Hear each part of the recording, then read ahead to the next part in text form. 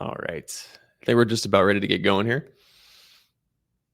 If you guys are not familiar with me, my name is Trevor. I am Dubsado's customer education specialist.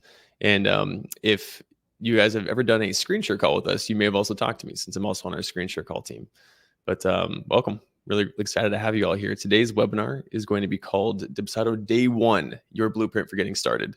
And we're really excited to share with you. Like I said, it's going to be a really good jumping off point, whether you're brand new or you've been with the system for a little while, but it's going to be a really good roll up your sleeves and make sure that your account is entirely set up and ready to go and get you started with your clients and get you right into sending out proposals to get you paid, which is what most business owners want to do right off the bat, right? You're paying for Dubsado, or maybe you're just giving out a trial and you want to go ahead and say, hey, how is this system going to help me out? What is it actually doing for me? And I know that there's a lot of stuff in Dubsado that it can do, and it can be a little bit daunting as far as seeing where to go and what to do and all that stuff. But this webinar today is going to help you cut through any of that noise. And if you're like me, at least, you look at something new and you go, hey, I don't even really know where to begin. That's really what this webinar is meant to address is, hey, it's much easier than you even think. And we're going to go ahead and do it together. And we're going to actually get it done, set it all up in the system, and get you going here. All right, cool. Looks like everybody who's here is going to be here. So I'm going to go ahead and start presenting, and I'm going to take it on over here to my slides.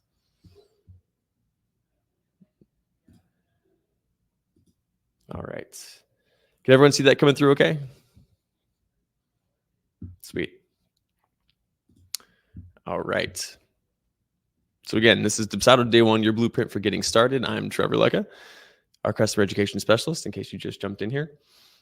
So what we're going to do today is we have 3 goals. Firstly, we want to go through all of the essential settings. Now, there's plenty of settings in Dubsado, just like any other system, but there are some settings that are more important than others, as far as I'm concerned. And we're going to go through the ones that you must set up first and show you how to set those things up so that you're ready to go. Those would be unique settings for your company, your email settings, as well as your payment processor settings, so how you get paid. After we go through those settings, we'll do a little bit of an overview talking about the other settings that you may want to be aware of. Then we'll jump right over into projects, clients, and templates. Projects, clients, and templates are 3 of the biggest things or terminology that you'll need to know in Dubsado. And I think having a good understanding of what those different items are in Dubsado, some Dubsado lingo, if you will, and understanding how the system is set up and laid out for you. After we have a good understanding of that, we're going to jump right over into prepping a proposal. And a proposal, we'll get to it in a little while. We'll have a much more in-depth discussion about it, obviously. But your proposal is going to be your main vehicle for sending out your packages, your services to your clients so they can select what they'd like to buy, and then you can go ahead and get paid. And so we're going to go all the way through just from a very bare accounts. I have a brand new demo account that I have very little stuff set up into, and I want to do it with you all. I want to show you how quickly and easily it can be done, where we're just going to go through all the essentials, get those things set up, and then we'll send out that proposal to a client so you can go ahead and get paid. That's the goal of today. So again, this is essentially what I was just talking about. Got a little ahead of myself here, but we're going through the branding and payments and invoicing tab for setting up the payment processor, connecting your email, overview. We're going to go through the projects page, which is your main hub in Dubsado. Make sure we understand all the different terminology there. And then we're going to go through templates, talk a little bit about all of our templates, as well as we're going to go through specifically how to make a package, how to make a payment plan, your form templates, and we're going to create a proposal together, actually. A pretty simple one, but we're going to do it together, and you'll see just how quick and easy it can be. Sure. Okay, cool. So we're just having trouble getting in. All right, let's move on here. Okay, so to start with, we're going to talk about our essential settings. So when you first come into Dubsado, you're going to land on your dashboard, but we're going to click on that gear icon in the upper right-hand corner to take you to your branding tab. Now, the branding tab is a place where you can control a lot of the specifics that pertain to just your business. So you're going to be able to set up your brand color, which we can show you literally here in the system how that affects things. But you can pick any color there. It's going to determine what color your links and buttons are in Dubsado. Most people would choose a color that aligns with their own business, but it can be whatever color you like, and you can change it anytime. Your business phone and email will be displayed to clients. And below that, you can then choose if you want to send your email as yourself or your business name, and then obviously your business address. Now, if you've already started your Dubsado accounts, right? Maybe you're have a paid trial or a paid subscription, or you're on a trial. Either way, when you create a brand, it prompts you to enter some of this information. So you may already have some of this filled out. But either way, we'll go back through it real quick, and let's actually jump over into Dubsado and we'll just do it real quick together. So here is my demo brand. I'm going to click on the gear icon. It's going to take me to my settings. And here we're on that brand settings page, exactly what we were just looking at before. So let's see, if I'm going to pick my brand color, maybe I want to pick a dark blue, like I have my logo here. And again, logo is one of those things that you may have already uploaded when you first started your brand. So I already had that in there. And then we're going to go ahead and just pick, I'm just going to eyeball it for right now. Obviously, you can use a hex key here if you want to pick one that's a bit closer, but I think that looks pretty good. And again, that's going to determine what color your links and buttons are in your email. And we'll actually see that in a little while. All right. So for my brand name, again, something you probably already named when you were setting your accounts up. I just left it as webinar demo brand, but whatever your company's name, this is what will appear there. So whatever you've named your company should be there for your name.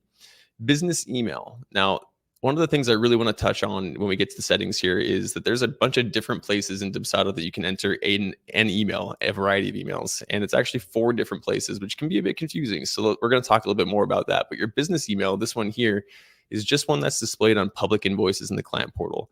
This is not the email that you're using for sending emails to clients. It can very much be the same exact email, but entering an email address here doesn't do anything functionality wise. All this is just telling system, hey, I want to display this email to my clients.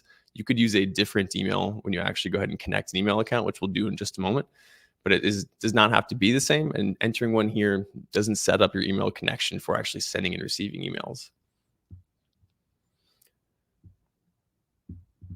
Hey, Dubsado, is my video coming through okay? Looks like we're having a little bit of freezing, screen freezing. Let me know if it's an issue. I'm going to keep going, but I'll keep my eye on the chat here. All right. Below business email, we have phone. Same thing there. It's just going to be listing your business phone. On places like your contract, maybe an email, you want to have your phone number listed and you have a smart field. We'll talk a little bit about smart fields in a little while. Again, it's just going to be pulling the information from this area here, but it's not connecting anything otherwise. For send email as, right, I can elect to just have my name on my emails when it's coming through in my client's inbox, or I can have it come through as my business. And it's entirely up to you, but you have the option here whether you want to send as your name or as your business. So I'll just leave it as my name for right now. And then over here on the right, obviously address.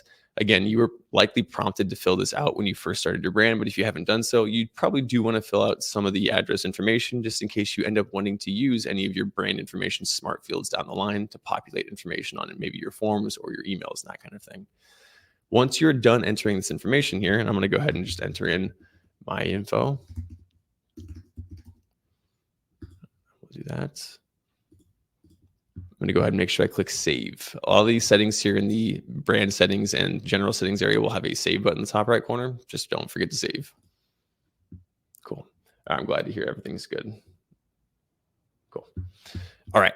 So brand settings, pretty straightforward, a good place to start. Really easy to do, but just important stuff you want to make sure you do have set up. That's all there is to it. Like I said, the most important thing to me is making sure you're understanding that this email here is not the email that you're going to be using to send out and receive emails. It can be the same, but it is just for display purposes only. So once we're done with branding, we're going to jump over to payments and invoicing. And this is a big one, right? This is how you're going to go ahead and get paid. And so if you haven't done yet, if you haven't set up your payment processing just yet, the first page you land on when you click on payments and invoicing will look exactly like this, where it's not showing you any of the payment processing options. It's just showing you select country and select currency. And so, and again, if anybody wants to be following along in your own brand right now, this is a really good time to do it. If you wanted to have someone walk you through how to do it, go ahead and open up Dubsado in a separate window. If that's not too much for you to do, feel free to do it along with me. But first thing you want to do, pick your country and currency. Pretty straightforward. And once you pick your country and currency, then you'll be able to see our payment processing options, which are currently Stripe, Square, and PayPal. And so the way that the payment processing options work in Dubsado is that you can have Stripe or Square connected, and you can always have PayPal connected. So whichever payment processor works for you and your business, they all have slightly different processing fees and areas of usage. But you can have either Stripe or Square. And then in addition to either Stripe or Square, you can always have PayPal connected. So once you go ahead and make your choice, if you don't already have an account with one of those 3 companies, you actually can create one right away by clicking connect. It'll prompt you to either sign into an existing account or, create a new one. And let's go ahead and do that now on my own account here. So I'm going to go to payments and invoicing. I have a Stripe account. So I'm going to go ahead and click connect on Stripe. I'm going to go ahead and log in. And I know for a fact that Stripe makes me punch in a code from my phone and text me every time. So I'm going to go ahead and do that real quick as soon as it pops up.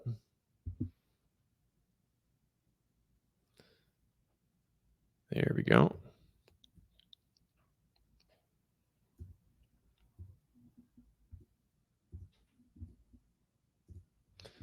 Perfect. So once you actually log in, it should see any accounts you have in there. We can go ahead and say, yep, I do want to connect that account. So if you have an existing account with one of these payment processors, connecting it should be super duper simple, especially if you have Stripe. Stripe's great. So we can go ahead and get that connected. I can go back to my brand settings page here and go to payments and invoicing, and I can see that Stripe is indeed connected.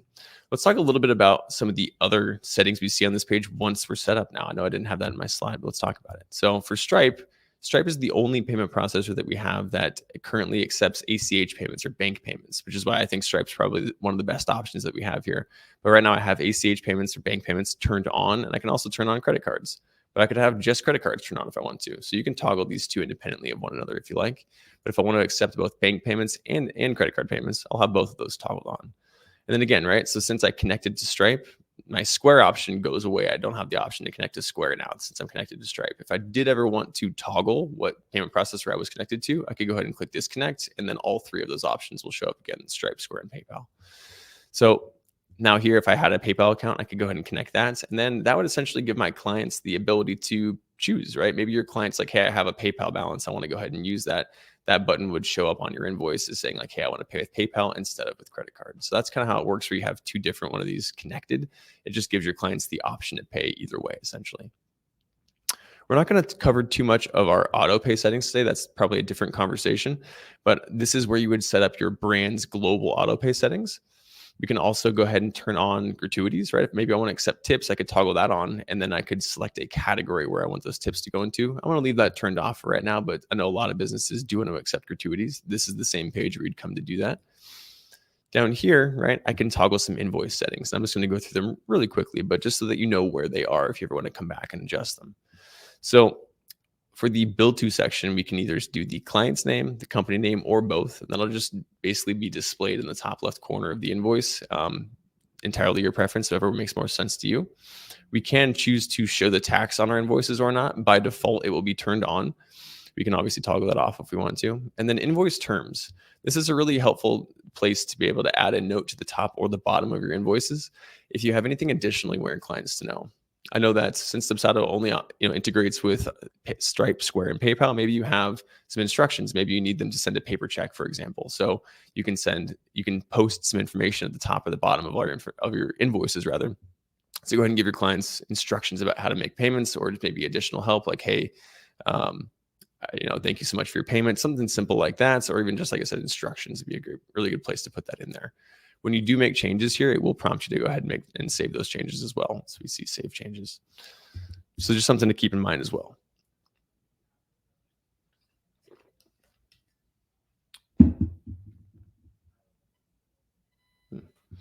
All right. Cool. So that's pretty much it from the payments and invoicing page here. The most important thing is to go ahead and get connected to one of those three, because that's going to enable that pay now button on your invoices. We might take a look at an invoice later, but if you don't choose to connect to a payment processor, that's okay. You're not required to, but connecting to Stripe, Square, or PayPal gives you the option, or gives your clients the option rather, to pay you online. Otherwise, you're in the situation where you do have to accept a paper check or accept cash, some other kind of payment. That's why getting a payment processor is so important, because what we're going to see on later on is part of our kind of streamlined flow. We're going to build out a proposal, and we're going to choose to include that invoice with that proposal.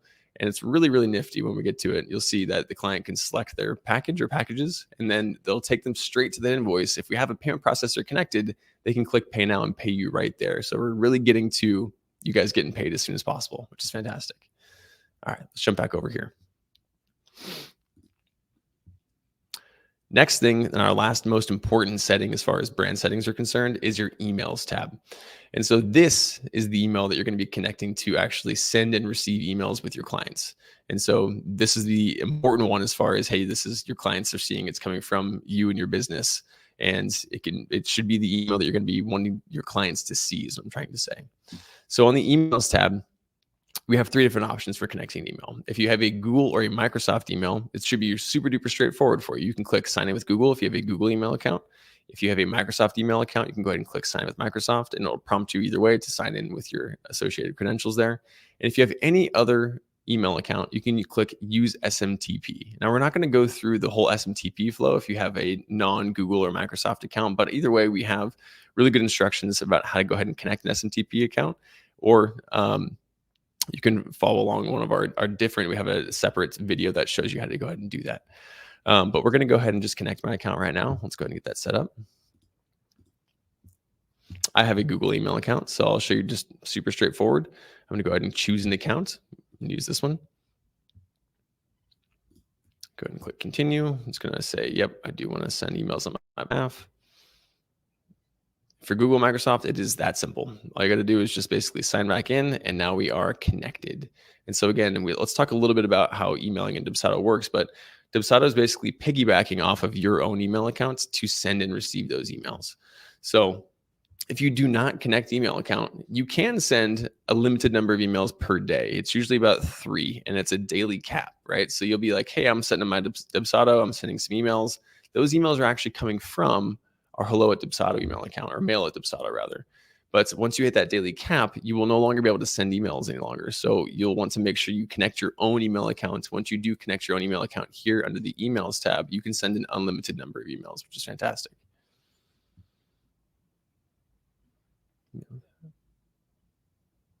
Gotcha. Okay. Just taking a look at chat there. I think what Cassie was mentioning is that Dubsado is also going to be forwarding in your client replies.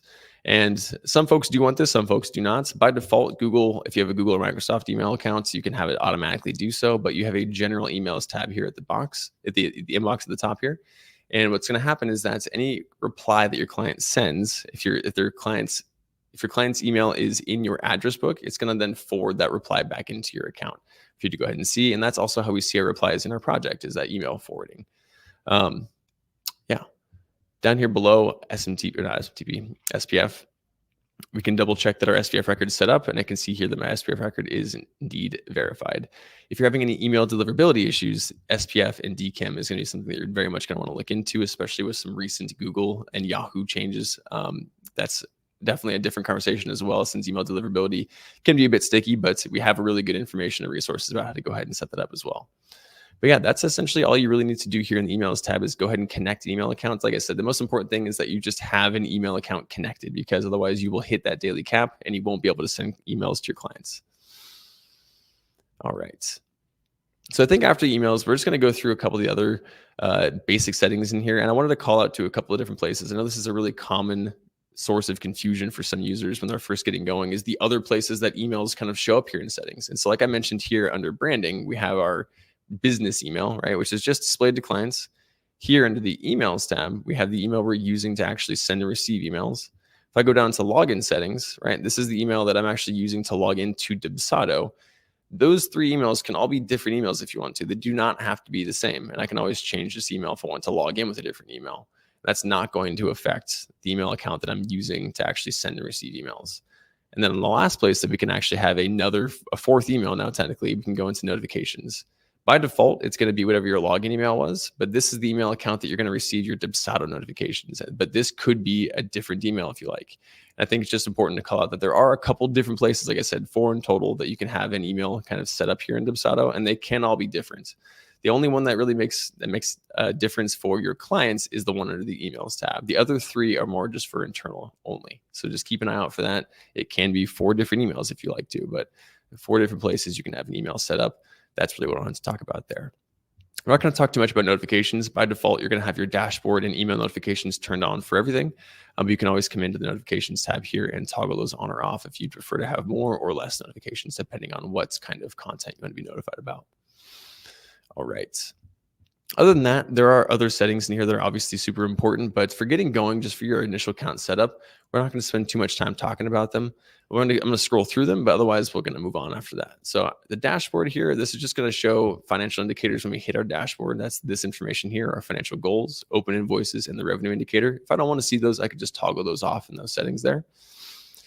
That dashboard's also letting me choose a color scheme for my Dubsado account. Again, that's not anything client facing. It's just for me. If I like green, cool, set it up to green. If I want to do blue, I can set it to blue. You can go ahead and click save to change your color scheme in Dubsado. Below that, the portal. We're not going to talk too much about the client portal at all today, but the client portal is a good place where you can send all of your information and Dubsado content so your clients can find it more easily. This is a place to do some customization for your client portals and how they appear. Multi-users. If you had team members, I know not everyone here is going to be working by themselves as a solopreneur, but maybe you have a small team. This would be a place to go ahead and add those multiple people on your team to your Dubsado accounts for a small price additional per month. Beyond that, we can go down to international settings. It should automatically read what your time zone is, but you can always change your time zone and your locale settings if you wish to. Hey, Naomi. Today we are not going over workflows, unfortunately, no.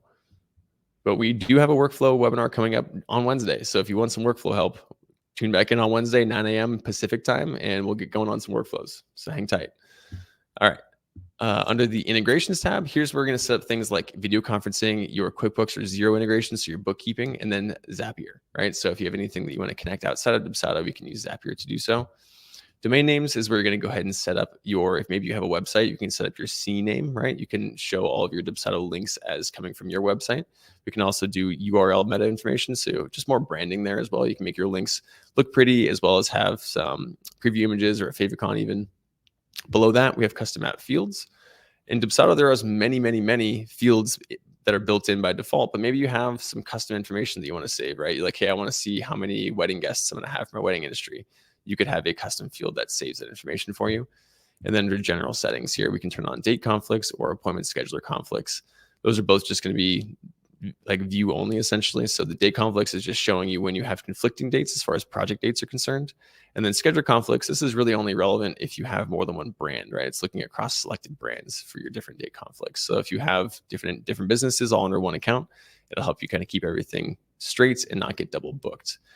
Those are really the main things in the brand settings. Like I said, the most important ones for today is branding, payments and invoicing. Go ahead and get connected to payment processor, and then connect an email. Those are the three things that we wanted to get going here. Those are our goals for the brand settings tab. And once you have that set up, then you have done your essentials, and we can move on to projects and clients. And that was kind of a lot to go over just to begin with. Any questions while I'm here before I move on to the main projects page? Oh, Sarah, good question. So I know that we have, she just posted it right there. Perfect. Thank you, Kristen. Cool. Any other questions before we jump over to projects and clients? No? Okay. Sweet. All right. So the projects page. The projects page is what I think of as your bread and butter in Dubsado. It's going to be one of the main places that you live. I call it the hub, right? Where you're going to find almost all of your project information, right, at a glance. At the top of this page, you're going to be able to see your project statuses. So that's the leads, jobs, combined archive. Those are your statuses at the top. And those can actually be customized for your business process. We'll talk a little bit more about that in just a second. Within each of the statuses right here, you can see that that's green under all. Then I'm seeing all the jobs or all the projects that are in that all status. And so that's just the basic layout, right? You'll be able to see every single project depending on what status they're in.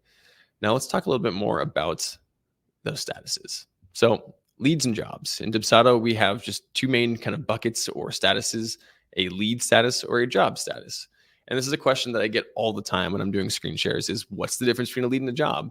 Over here on the right, we do have a basic definition of what a lead or a job could be, but the real answer here is that there isn't a right answer, and it's going to be different for every single user. Some folks will say, hey, people I'm working with are going to be leads until I get my first payment, right? Down here, we have jobs are usually booked, That means they have signed a contract, they put money down. That's really common, right? As soon as somebody pays you, then they become a job officially. Pretty straightforward. Other people, it's when they sign a contract when they become a job. But the key here is that there's no wrong way to do this. And once we show you how to go ahead and set up some custom statuses, you'll see that you can have more than one status within leads and more than one status within jobs. And wherever that line is between leads and jobs is up for you to decide. And it should just mirror your business process.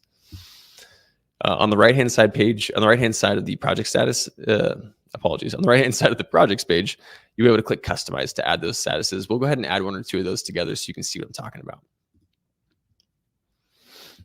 Now, what is a project? That's actually a really common question that we also get here at Dubsado because it's not necessarily obvious, right?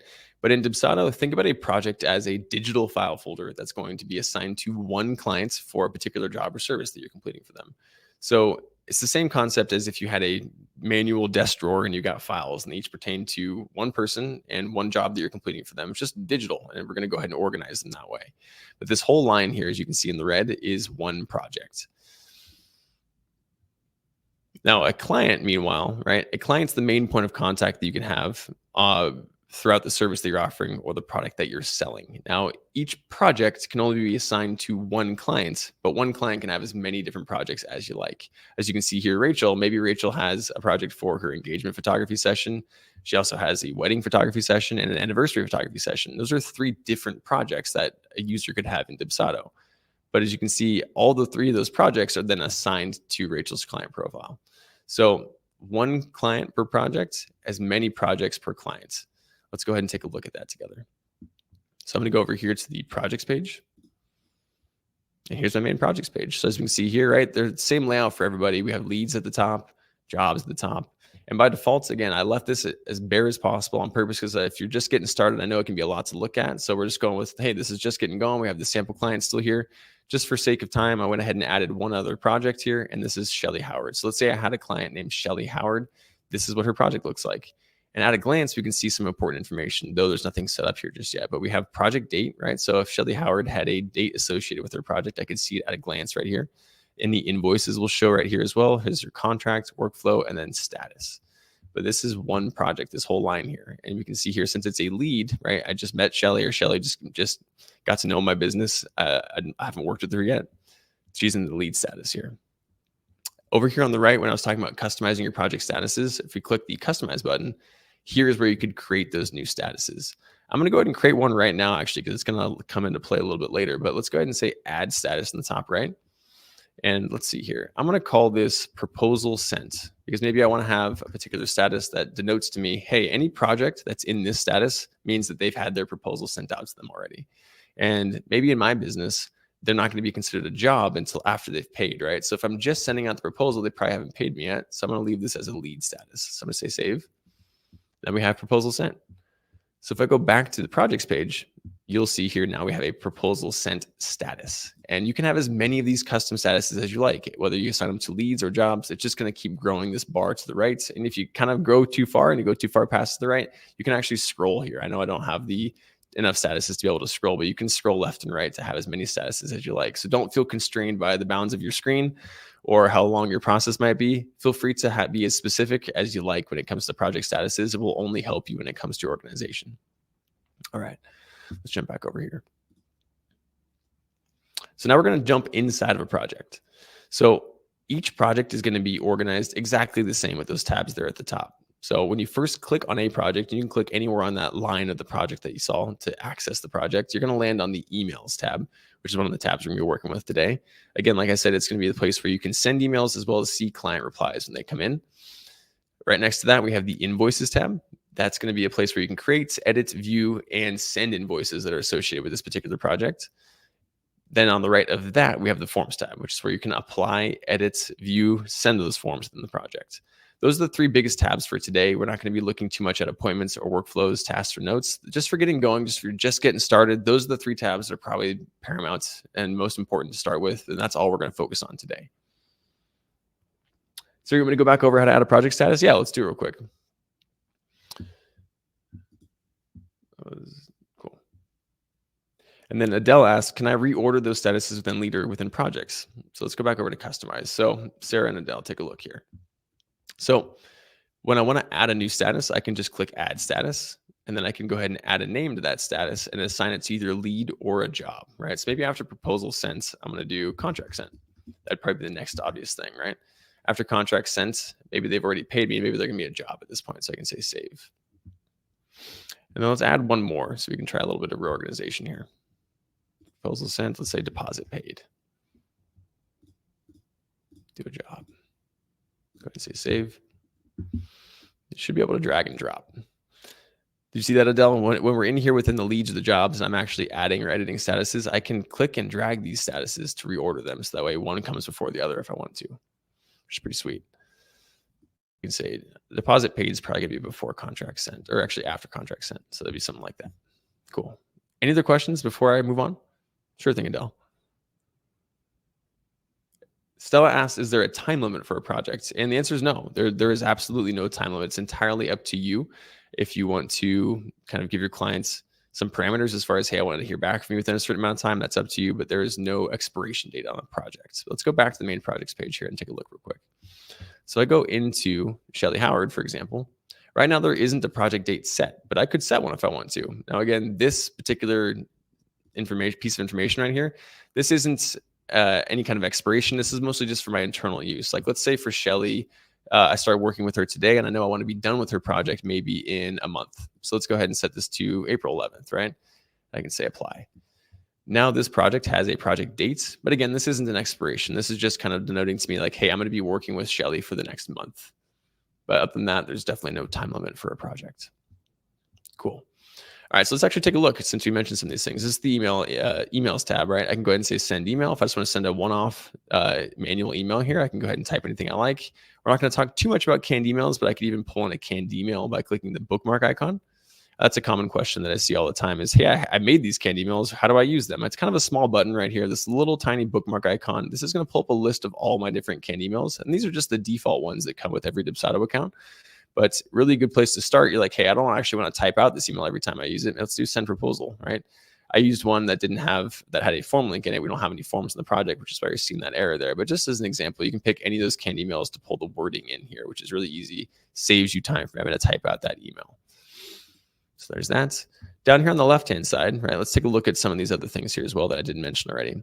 When you get to the phase of your project where you want to give them a contract, it'll show up right here. It gets its own little spot because the contract's obviously super important. We can add a contract just by clicking the drop-down.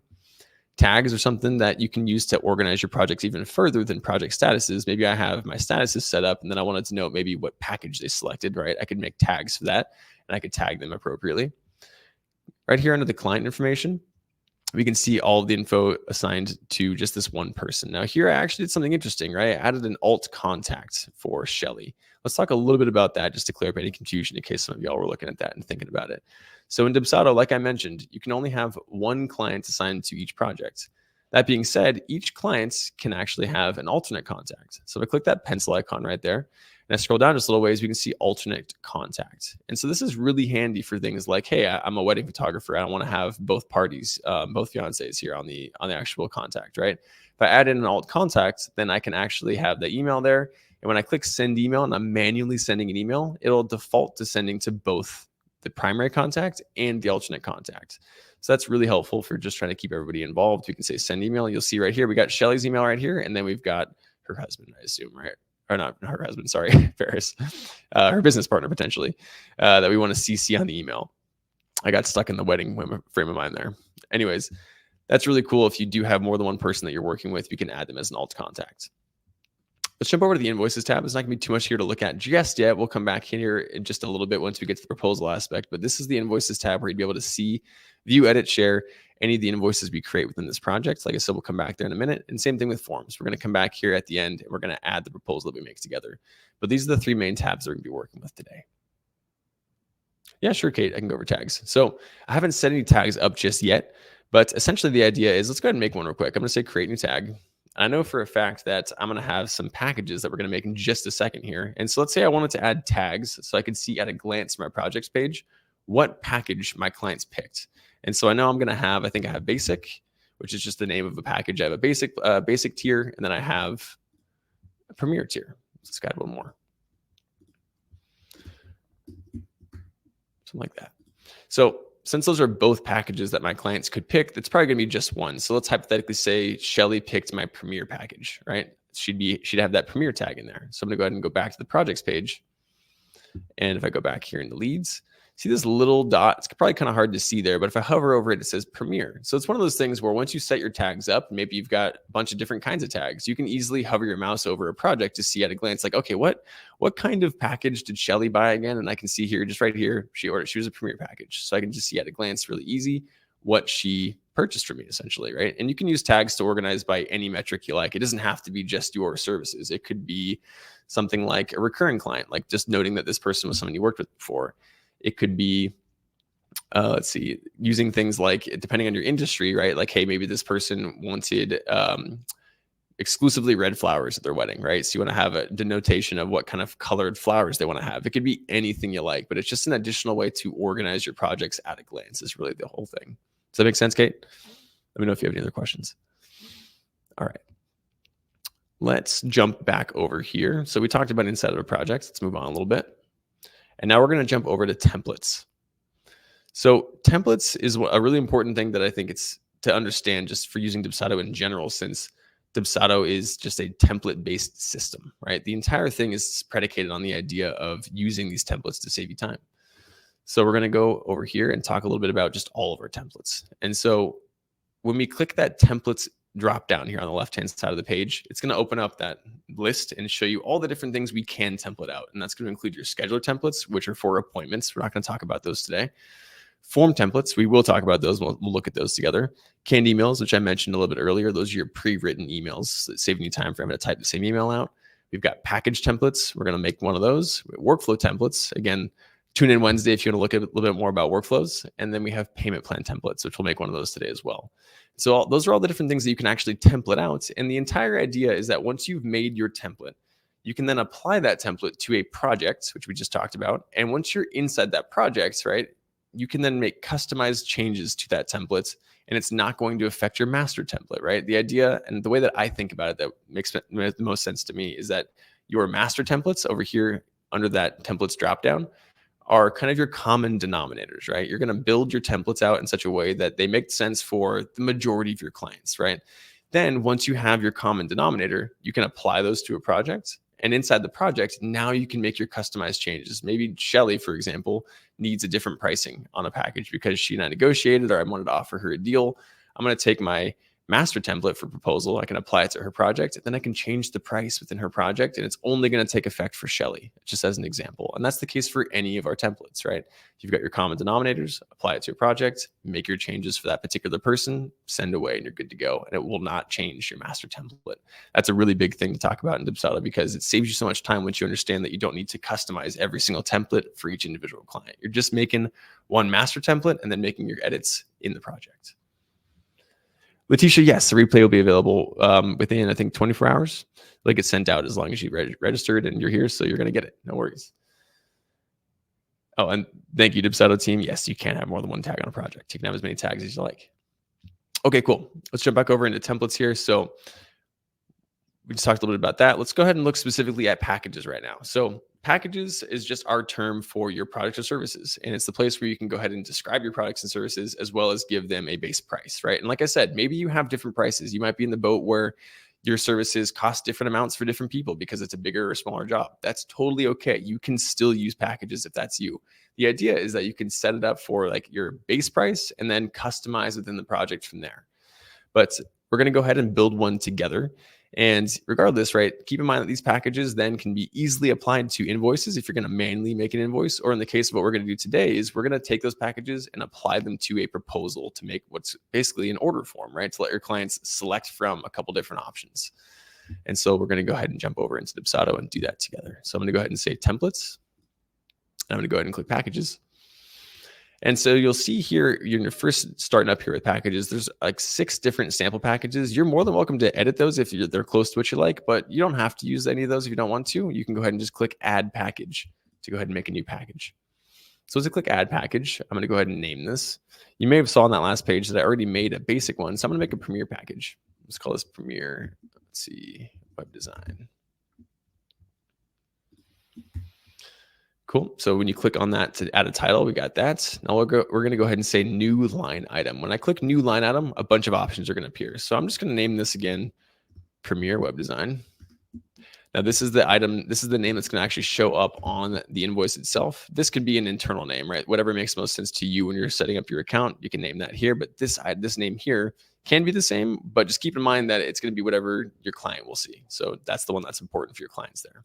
For your description, you can add as much information here as you like. I've seen people with package descriptions that are super duper long, and that's why we have that bullet points toggle turned on if we want to. It makes it nice and organized, but you can have as much information here as you like, or you can leave it empty if you want to. You don't have to add a description. It's entirely to your taste. Below that, really important here under quantity, want to make sure that you always set your package template quantity to at least 1.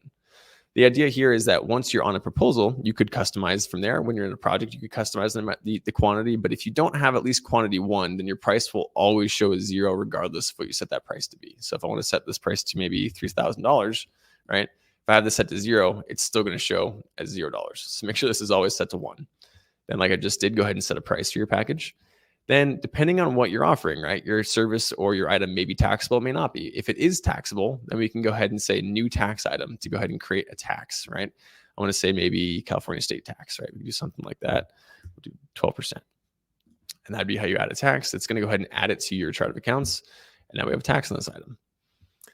And then from there, I could also add a category. Categories, I'll talk about that really briefly, but income categories are essentially a way for you to keep track of where you're receiving different money, right? So if I want to basically see, hey, over the course of 6 months, maybe 6 months from now, I want to see how much money I brought in selling my Premier package. I could maybe make a category that's for Premier package specifically, and I could then apply that to this package, which is really cool since every time I use this package template, that category will also be applied. And that way, then later on, I can check my books and say, okay, cool, I've got X amount of money from Premier packages. Then I have basic, I've got X amount of money in my basic packages. So long as I have categories set up for each of those different things, I could then at a glance really easily see how much money I'm making in each of my different services. That's the idea with categories. It's more of a bookkeeping thing. Cool. I'm going to go ahead and remove this tax for the time being. I just wanted to show you how to add one real quick. I'm going to go ahead and say add item. Cool. All right. So now that I've got my Premier package, let's go back into our package templates. So now I have my basic web design package, and I've got a Premier web design package. So I've got $1,500 and $3,000. That's really all I wanted to do today. I made this one ahead of time just to save a little bit of time, but I've got 2 different packages, and we're going to take both of these package templates and we're going to apply them to a proposal in just a minute here. And you can see how we can display both of those options so that our clients can make a selection between, hey, do I want to buy that basic package or the Premier package? And that's all that really comes down to for packages. Any questions there? Can you edit the package template after you create it? Yes, you definitely can. So if I go ahead and let's go back to our Premier plan real quick. If I click the gear icon over here, now that I've already created this package, then from here, right, it does look, it's a little bit hard to find, but over here on the right-hand side, if I click this down arrow and then say edit, now it pops back up with those different invoice options so that now I can make adjustments, right? Maybe this was, I think I named them slightly differently. I can't remember what I said. My OCD is like, hey, this need to be the same. Where are we?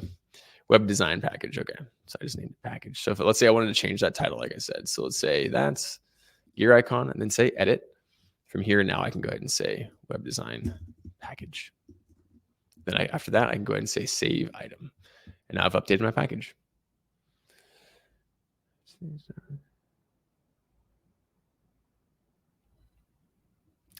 Alexander, I'm not sure. Let me read your question again. Sorry.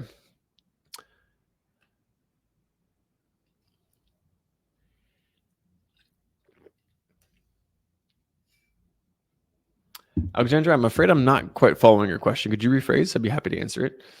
And then Ada, let's see. Ada, your question was, if our taxes are included in the total package price for simplicity, is there any advantage of turning on the taxes indicator? It's entirely for you.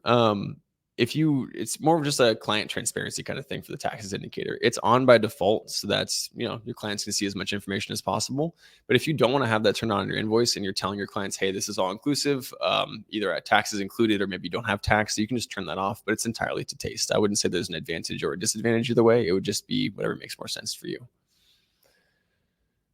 And yes, Desiree, a category can be deleted. If you wanted to delete a category, you would click on reporting and then head to chart of accounts where you'd see all of your different categories. And then from there, you'll see that you can click the trash can icon to delete that category.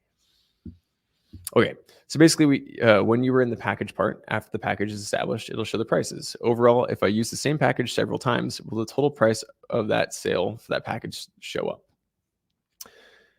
Several times, the total price of the sales.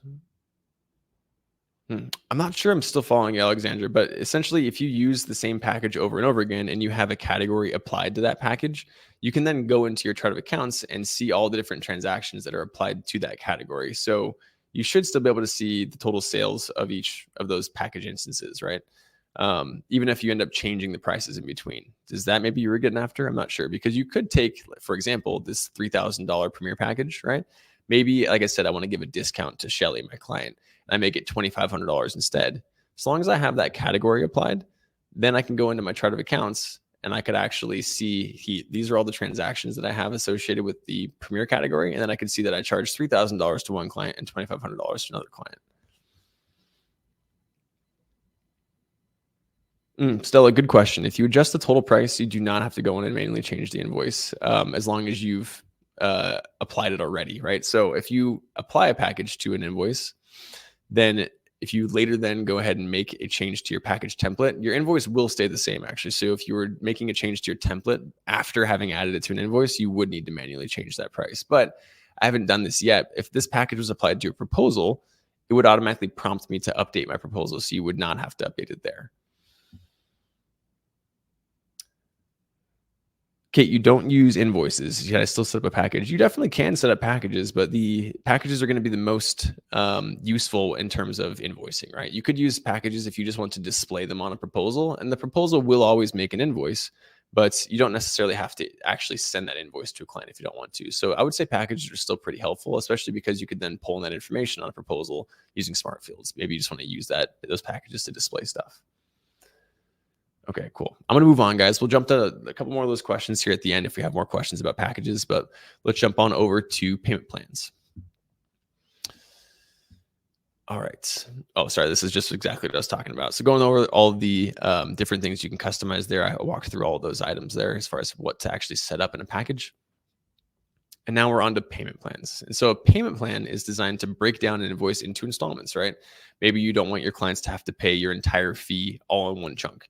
And you can have payment plans that are 2 installments, 10 installments, 20 installments, however many installments make sense to you and your business. And you can have as many different payment plan templates as you like, because maybe you have a different payment schedule for one situation versus another. But you're able to specify how much is due for each installment and when that installment's due on a per installment basis.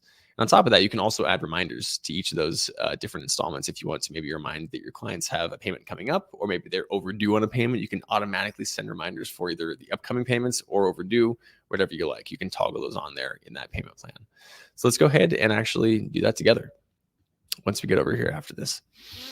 So once you actually go to the payment plan section, you can click create new templates, and then you can click add installments. And we're going to see a bunch of options pop up here. So actually, this is good. We'll talk about this first before I jump over there. But there's a total of 6 options that are important to note. And 3 of them are under due date, 3 of them are under amount due. So let's talk about that real quick. Under relative for due dates, this is going to be setting the due date of the actual installment. So when that client needs to pay you by. And it's going to be dependent on other dates, things like the project date, which we set up earlier, actually. So let's say I wanted to time a payment based off of that April 11th date that I set up for Shelly, right? Maybe I want her to pay me a week before that date comes past. I could use a relative due date saying 1 week before project date. And we'll actually go ahead and take a look at that in just a second. Below relative, we have the fixed option, which is exactly what it sounds like. You can choose an exact date if you're choosing. And then TBD is just, hey, I don't know what I want the due date for this installment to be yet. So I'm going to leave it as undetermined. And then later on, I can pardon me. Later on, I can go ahead and set an exact due date.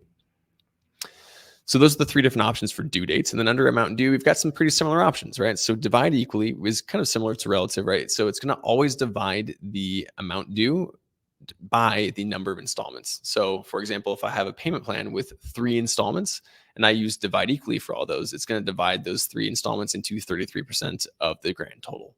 Just by automatically. It's going to do the math for you. Divide equally is usually the best option for the amount due because it will actually be able to keep up with you and change. Let's say maybe you make an invoice, right? And then you have to adjust the price of one of your packages afterwards. The divide equally option will automatically know, hey, the price changed. Now I'm going to do the extra math again and redivide it out.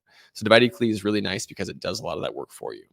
Percentage, very similar, right? But it's not going to change if you make changes to your invoice. So let's say I have a payment plan with 2 installments and I've got 30% payment and a 70% payment, right? As long as it does not go over 100, you can just make sure your percentages add up and you're good to go. So if you got three different installments, 4 installments, just divide those installments however you like using percentages, make sure they all equal 100. But like I said, the main difference between divide equally and percentage is that the divide equally will readjust for you automatically, whereas percentage will not.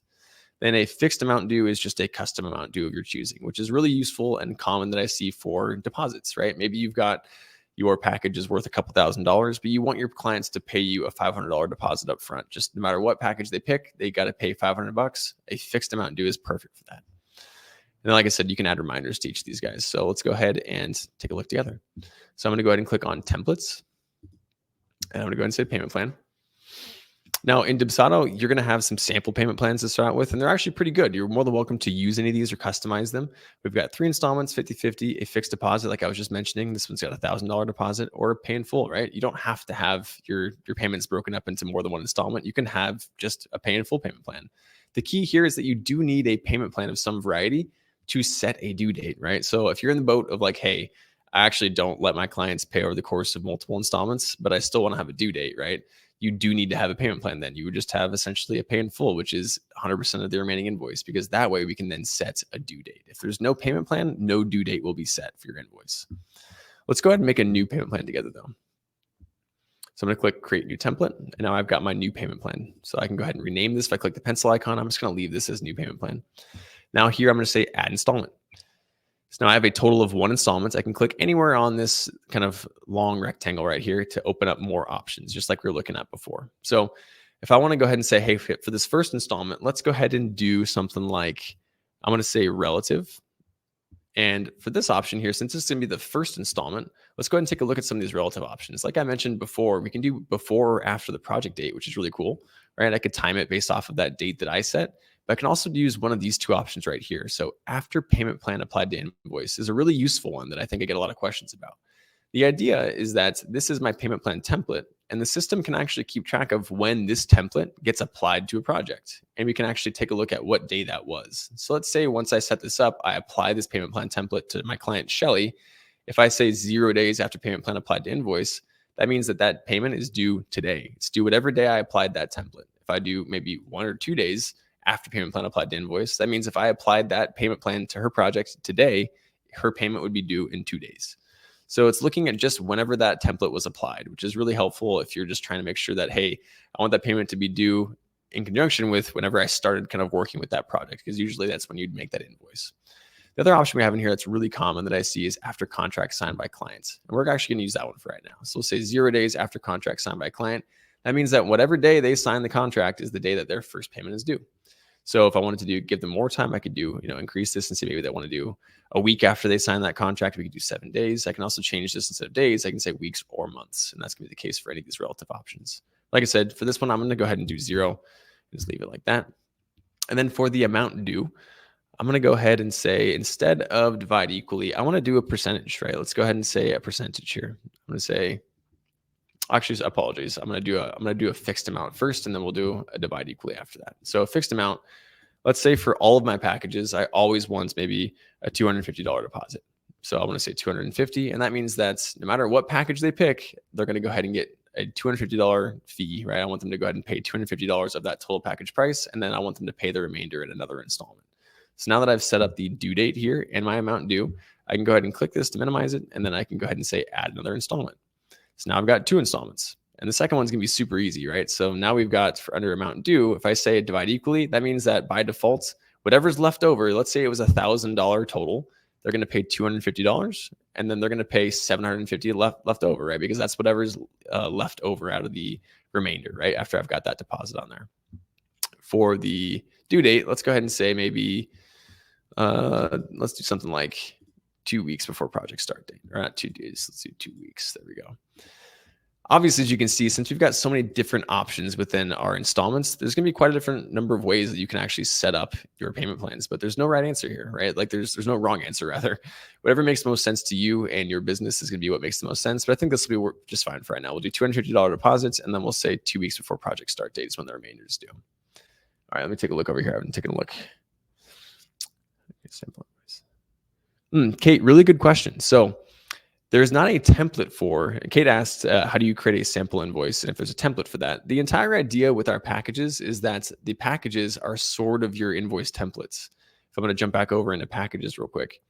So now that I've got these package templates, and I can show you in a little bit, we're going to jump over to our proposal first. But the idea is that once we have these packages, I can use these packages to automatically just with one click, I could apply a package to an invoice, and that's going to take all the information I entered in here and put it onto that invoice. So there's no grand invoice template.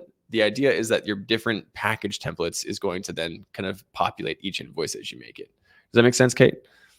Let me know if you have more questions about that. All right. And then any questions on payment plans? I know I kind of went through that pretty quickly, but I wanted to give you guys the bare bones here and make sure that there was just enough information to go off of. The idea is that you're going to basically think about when you want those payments to be due and use the different options to kind of set up what day those payments are due and how much they're worth. Let's take a look at Megan's question here.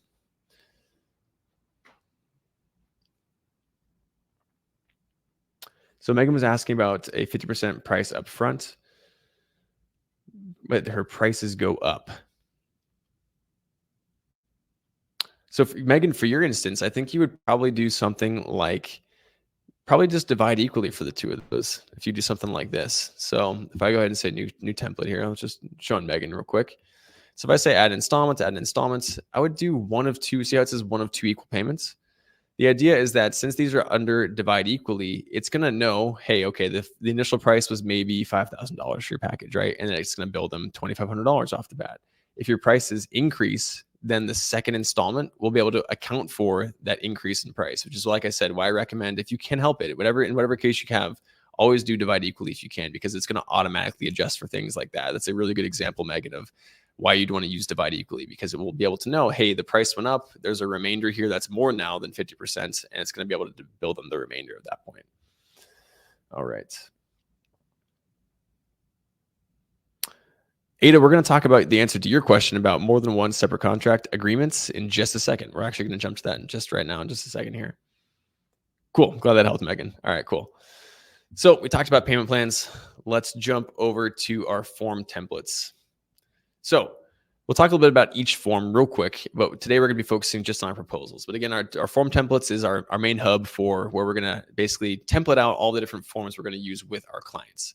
And so the 5 different kinds of forms that you can have in Dubsado, and I like to go from right to left, kind of makes more sense. But starting with the right-hand side, the lead capture form is exactly what it sounds like. It's an intake form. It's going to create new projects in Dubsado when clients complete it. And it can also be embedded publicly or shared publicly. It's a really powerful form, and it's what most of our users start their process with, right? They have that form on their website. They've got it in their bio on their social media sites. But basically what it's going to do is it's going to collect their first name, last name, and email, along with any other information that you want to collect about your clients. And as soon as they click submit on that form, it's going to add a new project, right? We were looking at that projects page and looking at how it's organized. It can automatically add entries into that page for you so that you don't have to do it manually. It's going to basically add in those clients for you and add in those projects to make your life a whole lot easier, which is a really good way to get those clients into your system. The proposal, which is what we're going to look at today, but I like to think about it as just a vehicle for your packages. It's just a form that houses those packages, and it will also automatically make an invoice. I know we had some invoice questions about how to make those invoices and some of the different ways to edit and alter those invoices. But the cool thing about proposals is that once your proposal is set up to your liking, it's going to make your invoice for you. You don't even have to make the invoice. And if you include if you include the invoice of that proposal, it's being sent to your client along with the proposal. So as soon as they select their options, it's going to generate that invoice and then show it to them right away, so you can get paid like that really quick. Questionnaires, going down the column to the next one. Questionnaires are for collecting additional client information.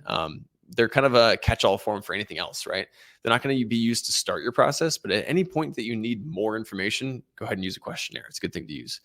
So then Adele, I believe it was, I'm sorry if I'm getting the name wrong. Let's see, who was it? Oh, Ada. There you go. Ada. So you were asking about if you have more than one service agreement, right?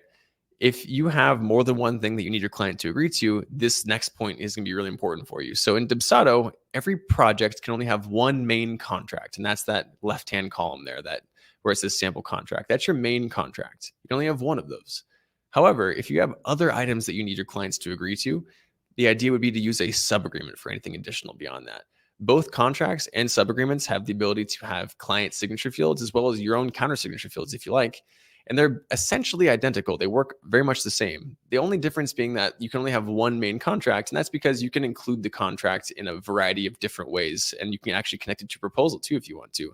But the system needs to know which form you're referring to, which is why each project can only have that one contract. But if you have multiple services and things that folks need to agree to, use a sub-agreement for anything additional. And that's really the difference between those two forms. It's just that you have the one contract and as many sub-agreements as you like. All right, so let's go ahead and talk about getting that proposal going. So I know that for a lot of folks, this might be the most daunting part, right? You're like, I don't even know what I want my proposal to look like. Where do I begin? How do I get this going? We got you sorted here. So there's a couple different ways to get going. You're going to go ahead and either edit one of the existing sample templates because we've got two different good samples in there for two different scenarios. Or you could go ahead and click template library in the top right corner because we have some pre-made templates that you can use as a good starting point for just getting an idea of how templates or your proposals are meant to be laid out. And we're going to do that today just to save us a little bit of time, but I'll show you real quick what that looks like. So if I go back over here, we're going to navigate back to templates and then forms. And now I'm right back here on that main forms page. And again, like I said, you can click either of these two proposal options to just edit away. You can use these samples to your liking if you want to. Or in this case, I'm going to go ahead and say template library. And then here, this is just a collection of a bunch of different form templates that you can add to your account for free and edit away to your liking if you want to. So the idea is, let's say I want to find all the proposals that we have in here. I'm going to click on form type and I'm going to say proposal. And now I've got a list of all the different form proposals that I have that I can add to my account. I can go ahead and add any of these. And I'm going to use this Dub Design Co one. So I'm going to say preview. And I'm just going to go ahead and say copy to account. And it's that simple. It's going to go ahead and add it to your account. And now I have my very own proposal template that's pre-built out here for me, right? So it's very simplistic, right? This one just has a logo in here. Let's go ahead and just do a little customization. We'll add in my design company logo. And then here, I know I'm only going to have two packages. So let's click on this container here. And then I'm going to go ahead and click 2 instead, right? Maybe I only have 2 packages. If I had 4, I could do 4. And I don't have to put my packages into a container. That's kind of the beautiful thing about the form builder is there's so much you can do aesthetically and organizationally. There's no wrong answers here as well. It's entirely up to you. But like I said, I think starting with a template library form is a really good place to start because it does narrow your options a little bit. You're like, hey, I just want something simple, get myself going, send out my proposal to a client. This is the way to do it. So we're going to go ahead and swap these out for maybe some of my own stuff in here. So for my basic package, I'm going to do this image. And for my other package, I'll do this one here. And then now let's go ahead and on the left-hand side, we can see here, actually, I'm going to toggle this on real quick off. All right. Real quick about the form builder. So on the left-hand side, we've got a whole list of all of our different form elements. We're not going to talk about all the form elements today. The key here is that since we've already made our packages, since we did that already, we're going to just take our package and we're just going to drag it in here. It's going to add it to the form. And now we see select a package. So I can click this select a package and I can go over here and I can say, cool, I want to pick my basic web design package. And just like that, it's pulling in the information I've already saved in there and it's adding a select button. So my clients can pick that if they want to. Let's go ahead and delete this little chunk of code right here. Same thing here. So I'm going to add in my other package now. So I'm going to go over back into my form elements. If I get away from this list here, I can always click these little squares to get back to my form elements and I can grab my package and I can drag it over here on the right-hand side to add another package to the form. You can have as many packages on one proposal as you like. Think about it like an order form, especially if you've got a bunch of different services, right? Your clients can then view that proposal and pick every single package they want. And as soon as they get to the bottom, it's going to add up the cost of all those packages for them. So if I go ahead and click on this guy, let's go ahead and select my Premier package. Sweet. And then I can get rid of this. On these sample templates from the form template library, there are some spots where you're like going to want to edit this out, right? Where this is just giving you a little tip, for example. And again, I don't have any add-ons. I haven't made any add-on packages, but let's say I did, right? I could add these in just as well. This is already a package that's been added. So if I click on this guy, I could pick a different package still if I wanted to pick a different add-on there. And here I actually checkboxes. So I can actually change the select button or the checkbox if I want to. If I click into this, I can say package smart fields and I could edit. I could say, okay, I want to do a quantity instead. I want to do a big checkbox, a small checkbox, or a button is that select button. But you've got a variety of ways you can customize the appearance and the functionality here, right? These ones just have checkboxes by default. That's really what I was just trying to focus on today with the proposals is use a form from our form template so we don't have to worry too much about the customizing. We're going to add in these packages that we were already creating together, okay? Let's jump back over here real quick.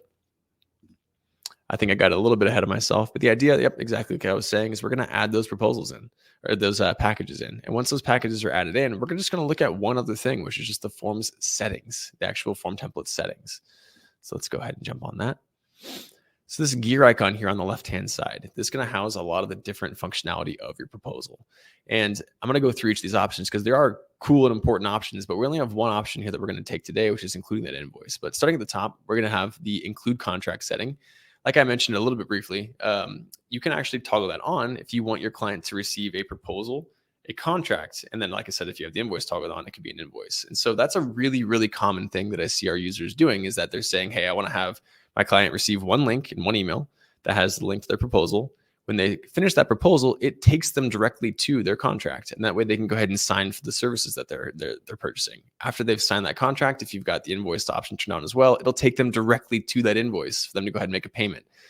So I do that. These options right here, the include contract and include invoice toggles, are two of the most powerful buttons in Dubsado, because it's combining three super important aspects of your process and getting your clients to streamline that all into one thing, right? You're not going to send them one email. You get them all the way through their selection process to, hey, you just got paid, which is really super powerful. The one I didn't talk about here is that multiple packages can be selected toggle. So if you do have add-ons, for example, and you want your clients to be able to pick more than one package, make sure you toggle that setting on, because otherwise they'll only be able to click on one package. They won't be able to select more than one if you don't have this toggle turned on. And then allow discounts. I think I mentioned a couple times too, like if you have an instance where you're going to want to offer one of your clients a discount, you can actually set up a discount template and then enable that on your proposal too if you want to. Let's go ahead and toggle that on over here. So I'm going to go ahead and go into our form settings. For this case, I'm not going to include the contract since we didn't set our contract up just yet. And you can, if you want to, you can use our sample template for that contract, or if you already have one ready to go, feel free to toggle that on and include it. I can leave me multiple packages selected since I left these sample add-ons on there. And then the include invoice is the important one. That's the one that's going to go ahead and include the invoice. Here's an important thing I did want to discuss. So a proposal by default will always open a new invoice in a project if there isn't an invoice there already.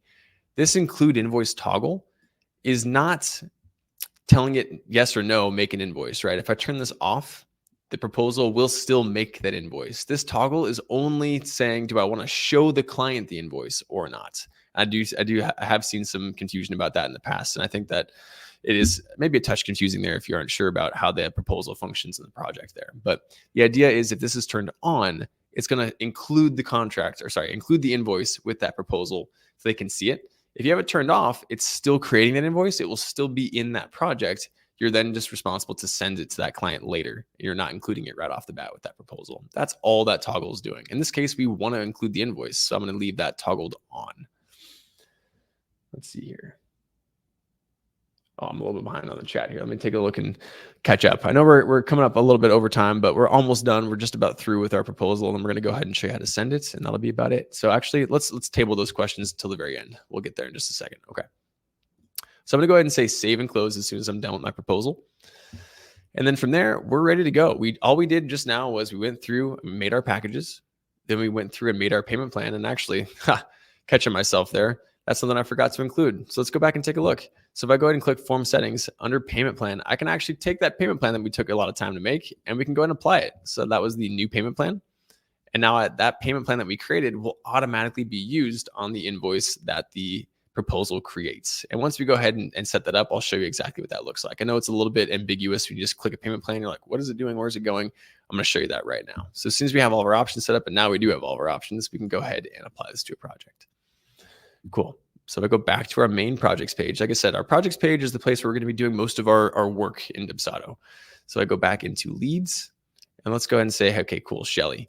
Shelly's ready to get her proposal. So now I'm back in the project where we were earlier. And so if I want to go ahead and send that proposal to Shelly, I'm going to go to the forms tab since I'm sending a form. I know it can be a little bit counterintuitive, right? You think, okay, I'm going to send Shelly an email, so I'm in the emails tab. But to do this to send her a form, if you're going to include that form, we got to go to the forms tab. Now we're going to go ahead and say add a new form. And for this time, I didn't rename my form, but I know it's the general sample, so I can go ahead and click that guy. And then now I can go ahead and say add. And that terminology is really specific. It's add on purpose, right? We're going to go ahead and add a copy of this master template, right?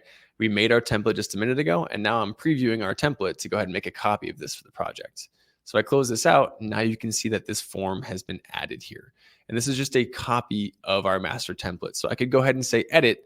If I make edits to this copy here, it will not change that master template we just made. So that's, like I said, the general sample that I had there in that templates area, this guy here. I go back to forms.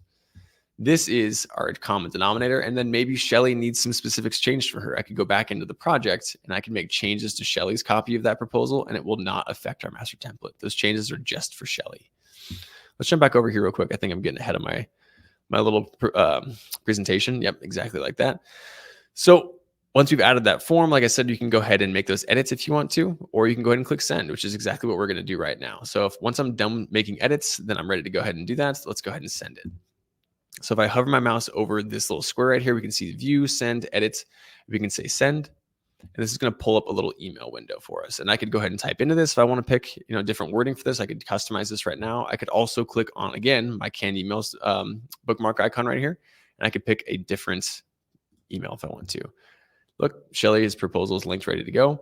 This right here, our general sample, if you recall all the way back to the beginning, this blue color is the same color that we set for our brand settings. So I go back over here to my dashboard, or my branding rather, my form color. That blue is what dictates the color of that button right there. I knew we were going to get back there eventually, if anybody was wondering about that, but that's exactly how we'd go ahead and do that. So let's go back into that project. I'll show you guys one more time.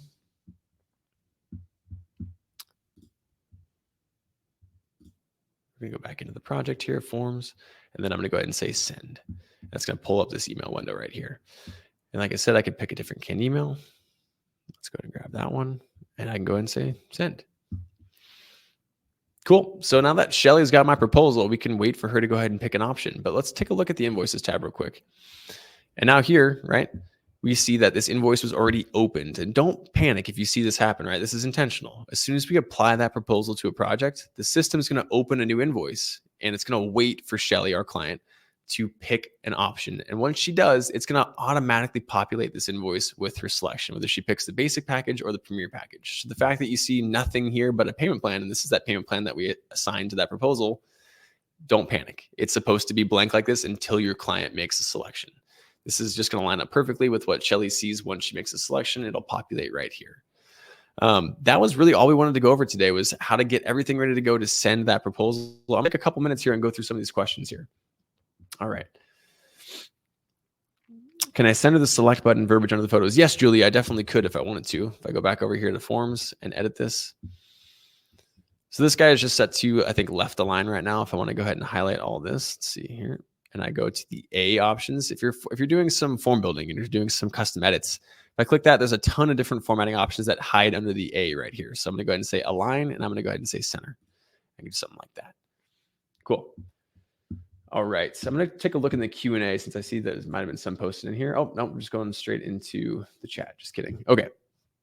I'm going to go backwards. So I know we got some new questions coming in. Brittany says, when I send a questionnaire and requesting files for my clients, where do I find those files? Does it set up a file management within the project? Really good question, Brittany. So it sounds like you're using a file uploader element on your form. And if you are, there isn't an innate or built-in system to actually manage the files that your clients upload. You would need to go back, basically, let's say that I had one on this form and somebody uploaded it.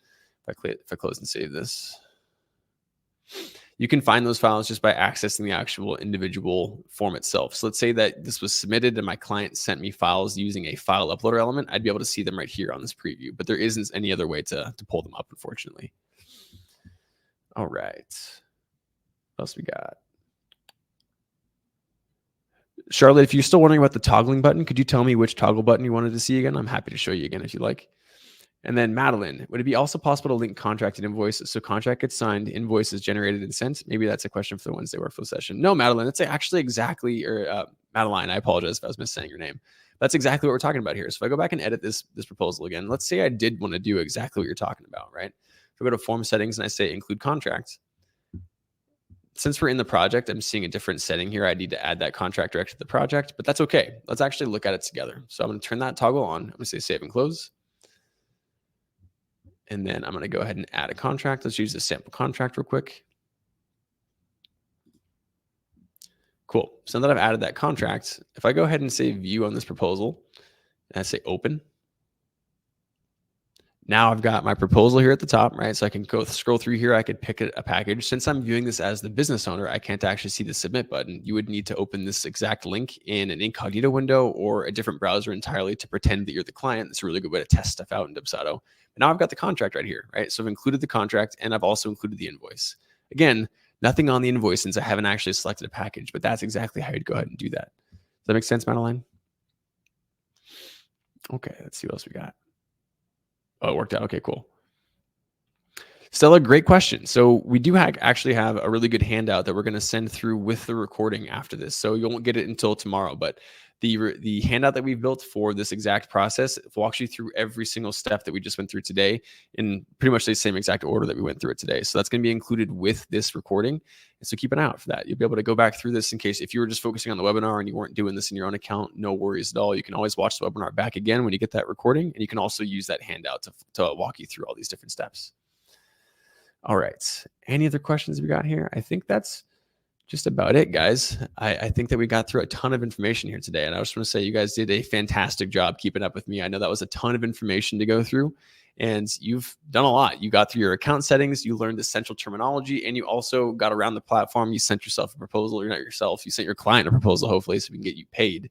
But give yourself a round of applause. That was a lot of stuff to get through. But if you do have any other questions, and I'm going to take just a couple more minutes here and see if you have any other questions that I missed in the chat. But if you have questions beyond that, we have a really good YouTube channel that's got a bunch of different videos on there to answer any other questions on a variety of topics, as well as a really active Facebook community. You can find plenty of our users there if you want to see tips and tricks and talk to other folks in the industry there. And on top of that too, feel free to send customer care a chat. And the bottom right corner of your Dubsado screen, that little green button will send our team a chat, and you can ask any question you like there. We'd be happy to help you out. Let's see if I have any other questions here that I missed.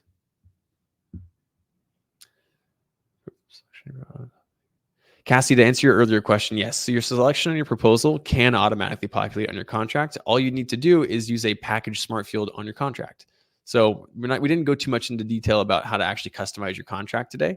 But when you're editing your contract, you can actually pull in from your invoice. If you go to Smart Field and then Invoice, you can see package items. You can then display what items your client selected on their proposal on your contract. It can be automatically applied there. And Cassie, yes, you can only have one person signing a contract unless you have the situation where two people are using the same computer. You could have two different signature fields and they could both type in their name at the same time on the computer. But otherwise, something that we're still working on, we just have one person signing a contract so far. All right.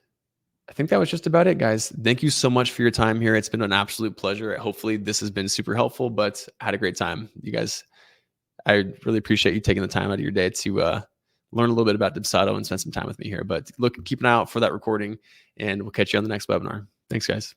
Bye.